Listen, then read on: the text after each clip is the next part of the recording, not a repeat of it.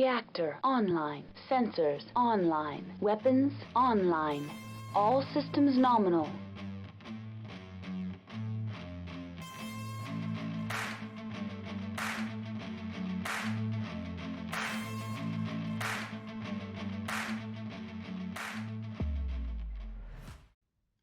Hello everyone, Carrie here, and I wanted to go ahead and talk about something that was brought to my attention today, and that is that distributors are giving information on some new force packs. Now, I think we did get a roadmap idea of these coming out, which I don't remember the exact dates, I would have to look it up, but this gives us a sort of quick glimpse at what's coming out pretty soon. Now, of course, you have up here, you have some drop ships, and then we get into some of the force packs that we don't have pictures for yet. These are apparently distributors releasing, hey, this is coming out.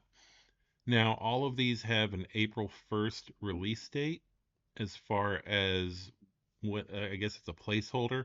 That way retailers can put it up. They have a to be determined date, and then they can adjust it as needed based on what the distributor actually gets out to them. Now, starting off, we know about the third Star League Force Pack. This is going to retail normally for $44.99. Fortress will have it for $33.74. And I don't know if I have. Let's see. Nope, I don't think I have that one. Actually, yes, I do. So that one is looking at, yeah, it's going to include the Peacekeeper, Malice, Salvage Wolf, Savior Repair Vehicle, and the Wendigo. Now, there's a whole thing I need to talk about with that miniature and the naming, but that will be coming out probably, I know it's supposed to come out, what, first quarter of next year or fourth quarter of this year, which technically, if you're going by fiscal years, is going to be first quarter of next year. I think that was when that's supposed to come out. So we show that one. We also have the House Kurita Command Lance. Now, the House Kurita Command Lance will have, or should have, when we finally get to it. Let's see, House Kurita Command Lance. I'm having to hop back and forth between some stuff to be able to get y'all information. So the House Kurita Command Lance is going to include an Akuma, the 2XC variant, the Shiro 1V. The Shiro is also a Dark Age design. The Roku Rokubi 4T, and that I think is a Blakist era design. I do know I don't have it anymore, but I did have the Ironwind Metals miniature for it. And even that one is amazingly well done and well crafted. And I'm hoping that the Catalyst one lives up to it, especially with the sword, because the Ironwind Metals one, the sword, very much resembles a katana. Or no, not a katana. Oh, I am not the best with Japanese swords. I do apologize. Um, but yeah, the weapon that it has is beautifully crafted on the Ironwind Metals one, and surprisingly not super bendy. And as I found out, you can actually sharpen it to a point, although the edge on it, because you can also sharpen an edge on it, does not stay very well. But I got bored when I made it, and decided to sharpen it and see how well it would cut. It was one of those, like, I have nothing better to do today. Let's sharpen a little tiny miniature sword. And the Dragon, Grand Dragon 10K, which I'm interested to see because all of the artwork for the dragon and the Grand Dragon usually just lined up. So I'm interested to see how they differentiate the Grand Dragon from the dragon. So we have that, and like I said, it has an April 1st release date on Fortress's website, which obviously is going to change as we get closer to the actual release date.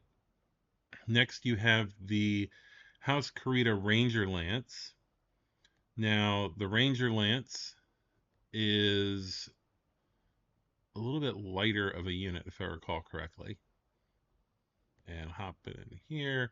So it is the Venom SDR9K, the Avatar, which it's the base Avatar. I'm really excited to see how that looks in plastic because the Avatar has never, like, the metal miniatures for it have never really been stellar.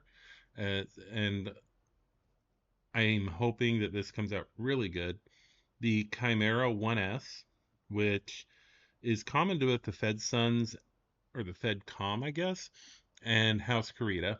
So I'm excited for that. And the Panther 10K, which is a jumping version of the Panther, at least the way they're posing it. I'm really not a big jumping miniatures fan. I think I've covered that in the past. It's just, to me, it feels sort of like a gimmick, and I'm not amazingly like, oh yes, no, I need this jumping mech. It's going to be so awesome. You know, the jumping stuff, it complicates things for, like, when people play Alpha Strike with it, because there are people who will permanently put it in the jumping pose, and then they use it for line of sight from that way, and it's just like, yeah, no, you can't perpetually be jumping. Um, which is also why I'm a fan of practical line of sight rules for Alpha Strike, which use templates almost like War Machine did. So the next one that we have after that is, hopping in here real quick, the House Kurita, or sorry, House Kurita, House Davion Cavalry Lance. Now, having played the Federated Sons a lot in the past, I am excited for this one. As far as what it brings to the table, the House Davion Cavalry Lance has the Hellspawn, which, okay, I'm on board there. The Legionnaire, which I'm excited to see as well.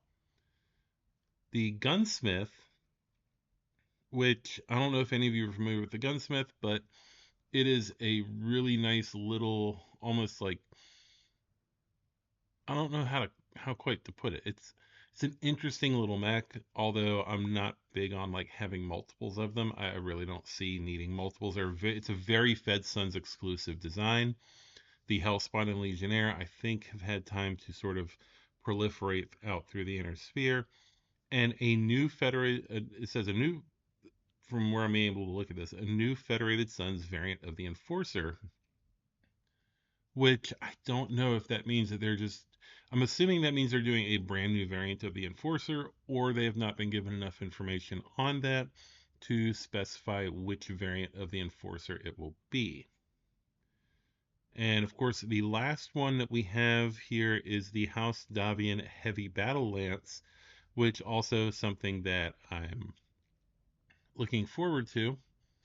The House Davion Heavy Battle Lance has a Templar, which, yes, please. Um, I think we've seen art for it, and it looked sort of like the Mech Warrior 4 Thunder Earth Templar. Sorry.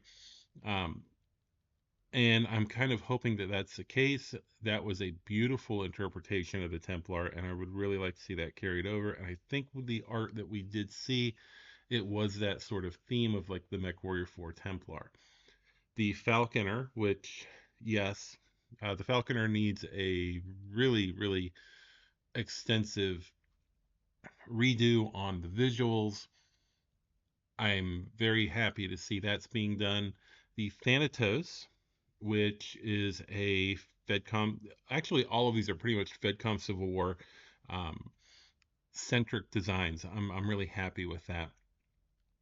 And the Thunderbolt, which is a new variant for the Federated Sons.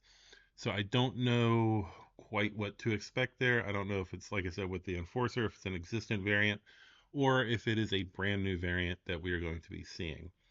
So I want to say that that is everything that we need to look at. Like I said earlier, the third Star League Force Pack is going to be coming out, um, and that'll include, like, it includes quite a few miniatures, actually. Well, I mean, all of them are quite a few, but it was It does have the Wendigo in it, which is a mech I love, but I really wish they didn't use that name. Um, that just has to do with, well, like, yeah, it's a problematic name, and I wish they hadn't used it. So that is everything that I have for you on this today. It was just a quick update. Wanted to bring you all up to speed on that. Um, I still need to snag this one right here, actually. But yeah, that is everything for today. I hope you all have a great day, great evening, great whatever it is where you are. Um, like and subscribe if you like the video. I want to thank all of my patrons. I want to thank my sponsor, Fortress Miniatures and Games. And I want to thank you all for watching. So I hope that you have a really good Wednesday.